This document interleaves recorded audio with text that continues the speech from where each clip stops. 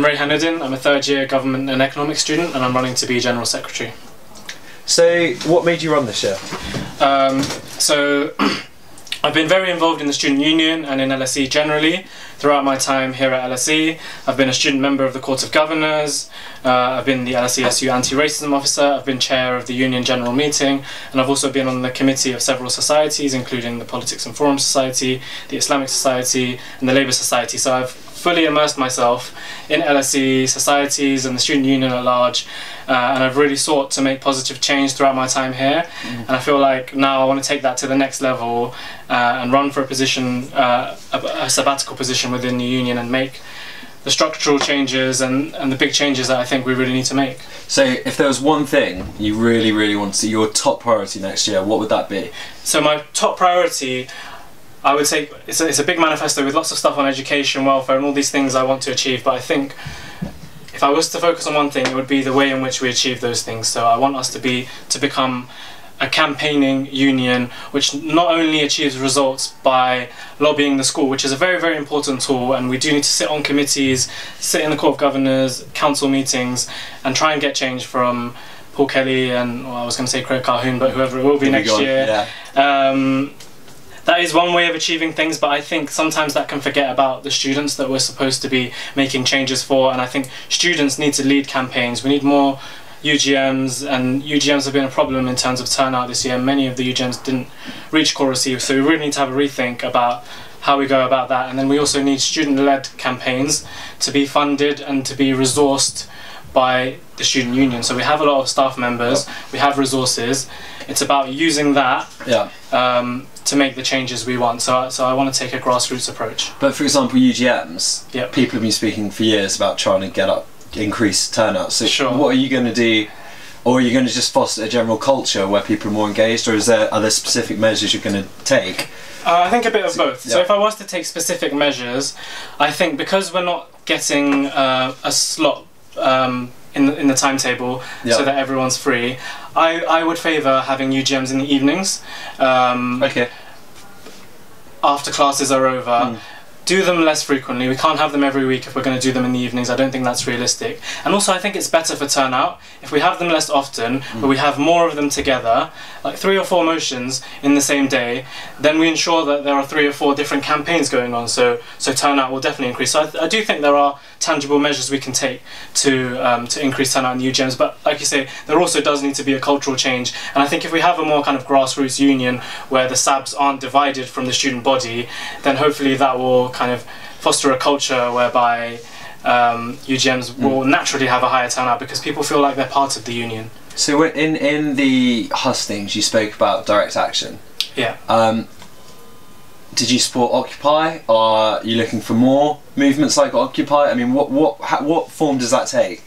Direct action can take many different forms. It can take the form of, like, you know, the more extreme things like strikes and pickets and occupations, but it can also be literally in the form of writing a letter signed by many people, many students who are concerned about something, like we did with Prevent. There are many different ways of doing it, and I think some of the issues that we're facing and that we've been fighting for are things that we've been fighting for a very long time. Exam feedback for all, increasing halls rents is something that we've talked about for many years, and you know, we go to these committees and we go to meet with the school and we ask them, you know, we kindly ask them, you know, can you do this, that and the other, and more often than not, you know, we're not listened to, which is why I do think we need to take an approach whereby I'm not saying we need to go out there and literally walk out of our classrooms to try and achieve everything we want to achieve, but I think something that's really been missing is that we haven't experimented with the different tools and levers that we have at our disposal. You know, committees aren't the only way to achieve results, and there are many different ways to do that, and I think if we really do want to make change, there are a variety of techniques we can use. So were you pro-Occupy? Was I pro-Occupy at the time? I went to some of, I wasn't involved in terms of like, I didn't know when it was. Yeah, I wasn't an organizer or anything like that, but I went to some of their events, which were really great events. Some really good speakers came down. Generally, I think some of the goals that they wanted to achieve are goals that I very much agree with as well. So yeah, I was part of that, and I think we can achieve some of the goals that they wanted, but maybe I wouldn't have gone for an approach where you wanted like 20 different things by occupying one room. I think we need to be a little bit more strategic than that. I'm not against direct action, as I've made clear, but I think we're more likely to get results if we're more clear on what exactly our objectives are and how we're going to achieve them. And if we try to occupy one room and get like 20 different demands, maybe we won't get it. But in principle, no, I'm not against occupation as like a tool to achieve something, but it's probably not my first, like it's a much more extreme measure if we want to achieve things. But I think, you know, if we have enough grassroots supports for stuff like exam feedbacks, so we're not going to need to occupy rooms to get exam feedbacks. It's something that every other university has. I have faith in Paul Kelly. I might be one of the last people to have faith in Paul Kelly to think that actually he will give it to us if we show him that there is sufficient. Something you've been really active on for your whole time at LSE is obviously liberation. I think that's something you're very proud of, the impact you've had here. Yeah, absolutely. Going forward next year, in that sphere, what are your main aims and goals? So in terms of liberation, it's one of the biggest parts of my manifesto. Diversifying the curriculum is a key thing that I want to achieve. It's something that we've talked about a lot this year. We had the Why Is My Curriculum White campaign last year as well.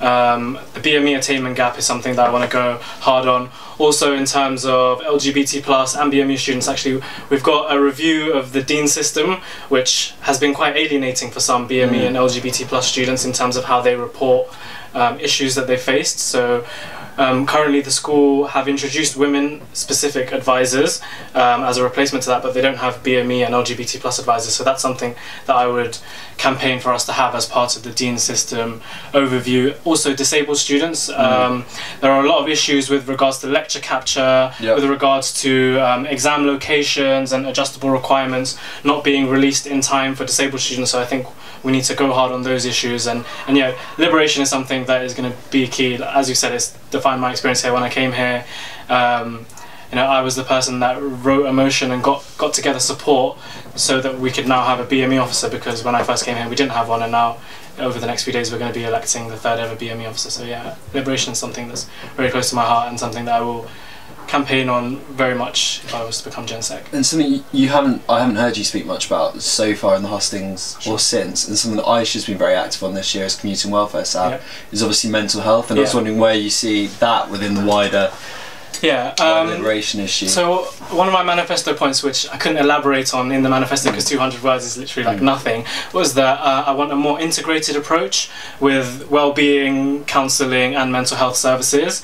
At the moment, from what I've gathered from some students I've spoken to, is that there isn't enough awareness about the existence of these things, and also there's a lot of stigma attached to going to some of these services. And we have some new buildings. We've got the East building, which is being redone, and there are plans to kind of relocate some of these things. And I think a really good thing would be if we could have all these different services in one place, which would be great for raising awareness. Also would be good for kind of reducing the stigma attached. And I think if the Students' Union can kind of take a lead on that, speak with the school in making sure that it's a really accessible environment, hopefully that could improve things. Great. I think that's all we have time for. Thanks very much. Thanks a lot, Josh.